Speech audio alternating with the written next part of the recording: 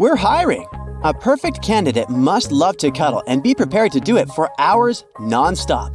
Drop us your CV and letters of recommendation from previous cuddle partners. As weird as it sounds, this is a real job ad for a position of a professional snuggler. There are several companies that provide cuddling services and look for staff members who are ready to give hugs and snuggles and listen and support people who need it the most. Anyone can give hugs to others, but you need to be trained in professional cuddling to do it for a living. You will need to learn to set boundaries with your future clients without hurting their feelings and to mentally care for others without giving away too much of your own personality. In case the career of a professional cuddler isn't for you, how about becoming a pet food taster? Your job will be to distinguish the texture, flavor, aroma, and overall mouthfeel like a good restaurant critic. You'll also need to detect any unexpected or off-putting notes. There are no requirements for your personality and problem-solving skills, but you'll sure need an iron stomach and a robust jaw to handle the crunch. You might want to invest in a solid dental plan before you take on this career path. It's not the easiest job out there, but at least you know whom to thank for telling you that dog food has just got tastier on TV. Aren't ready to chew on dog food yet? Well, there's a better paid job for your nose. You can become a paper towel sniffer. Companies producing those want to create the best product that you'll want to buy again and again. And you'll never buy a paper towel that smells bad, right? So, someone needs to make sure it's just the right aroma. There's a similar job on the market for an odor tester for the most advanced noses. Good news for those who don't feel like getting out of bed in the morning. You don't have to if you become a bed tester. As a professional sleeper, you will analyze prototypes of mattresses, blankets, pillows, and sheets by literally snoozing on them. You still can't get a degree in bed testing, but a Bachelor of Science, Design, or Product Design can be useful, as well as a certificate related to product testing. As you test more and more products, you'll build your portfolio and your own system of testing criteria. You'll need great communication skills for this snuggly job. Without them, you won't be able to describe your physical sensations to your prospective clients. They'll expect detailed reports from you on the comfort level of the mattress or pillow you've slept on. It's a serious business after all. If you love golf and want to have an annual salary of around $100,000, consider a career as a golf ball diver. The ponds at golf courses are always full of little round treasures, and your job will be to retrieve them and give them a second shot at life. For safety reasons, golf ball divers work in groups of 3.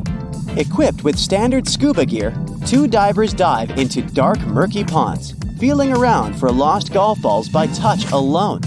So if you're considering this job, you must be prepared to work in nearly zero visibility. Plus, there can be all sorts of hazards underwater, from wildlife to fishing lines. The second team helps them on the surface with the roller. It's an aquatic gadget with metal discs on wheels that glides through the water, capturing golf balls with its grooves. Golf ball divers spend a long time underwater, mostly on their knees in the mud, and the job is physically demanding, repetitive, and downright exhausting. And you must be certified for unrestricted commercial scuba diving. Now that salary makes sense. Would you like to try yourself as an online Cupid? Sorry, I meant an online dating ghostwriter. When you're endlessly scrolling through profiles on a dating website, you'll stop to see a good photo. But then you'll see the bio saying, "I am a good friend and I love to watch TV." And you'll likely keep scrolling further. It's hard for many people to present themselves in a cool way without sounding too cocky. So, if you're good at writing and can feel other people, be prepared to get around $300 for starters for crafting profiles for others. You'll need to learn to mirror the vibe of your clients, even if they're your complete opposite. And injecting just the right amount of humor is the secret sauce. So, you gotta be able to make a good joke. The Titanic tragedy inspired the job of an iceberg mover. Yep, you heard it right. They use tugboats and cranes to shift icebergs that are in the path of shipping routes to keep the marine traffic running safely. To land this job, you'll need some specialized training and nautical expertise. There aren't so many iceberg movers around, so your skill will be pretty unique, and the competition will be low. Prepare to work long hours, especially during hectic shipping seasons or urgent emergencies. But you can expect some nice bonuses for that and a superhero cape for saving the world. How would a job where you get to rob banks and get good money instead of punishment? The penetration tester, or licensed bank robber, is a real thing. The point is to evaluate the security measures to make sure our finances are safe and sound. It used to be just about breaking into banks, but today, this job covers everything from identity theft and computer hacking to sweet-talking operators into spilling customer info. Don't feel like working at all but would still love to be paid? I hear ya. In 2014, a medical institution for the care of older people in New Jersey paid out several $1 million in salaries to its staff even after shutting down.